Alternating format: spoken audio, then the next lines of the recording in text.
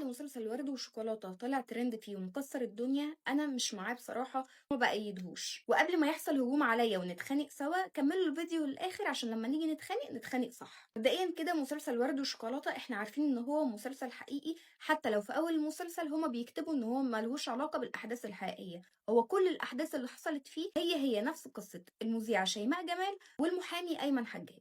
طيب انا اعتراضي في ايه على المسلسل زي ما احنا ما شفنا عرض الجريمه بالظبط زي ما حصلت بتفاصيلها، وازاي هو جاب الضحيه اللي هي زينه وعمل فيها كل اللي عمله ده، وده اللي عمله برضو ايمن حجاج في الحقيقه مع المذيعه شيماء جمال زي ما احنا متفقين. والمشهد كان تحفه واثر فينا كلنا. بس دلوقتي في اطفال وفي ناس بتتفرج على المسلسل ممكن يكونوا مش سويين نفسيين، زي ما صلاح في المسلسل كان باين ان هو عنده عقد من هو صغير بسبب باباه، وبسبب كده هو بقى الشخص ده. اعتراضي هنا بقى ان المسلسل مش مصنف ان فئة عمرية معينة هي اللي تتفرج عليه، دي اول حاجة. فممكن كتير قوي ان في اطفال ومراهقين بيتفرجوا عليه، وارد جدا ان مش كلهم هيبقوا سويين نفسيين في الوقت ده، والحاجات دي هتتخزن في مخهم والله اعلم ممكن يعملوا ايه.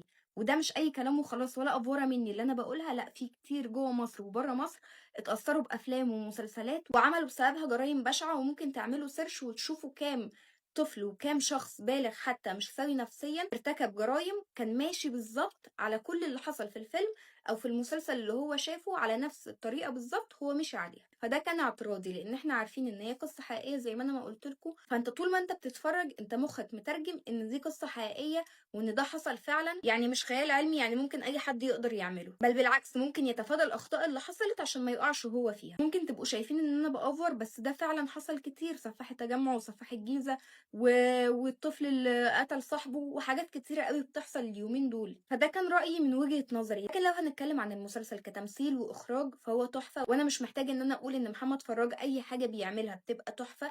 أي حاجة بيعملها أنا نفسي بتفرج عليها. زينة الدور مرسوم عليها وهي عاملاه حلو قوي وشاطرة فيه قوي. صفاء الطوخي تنفع تمثل كل حاجة، وكل حاجة بتطلع منها تحفة عشان هي ممثلة شاطرة. كل الممثلين وكل المسلسل من تمثيل وإخراج زي ما قلت لكم طالع تحفة جدا. فدي كانت وجهة نظري وحبيت اشاركها معاكم، وحابب برضه اعرف انتوا ايه رأيكم في الكومنتس جدا.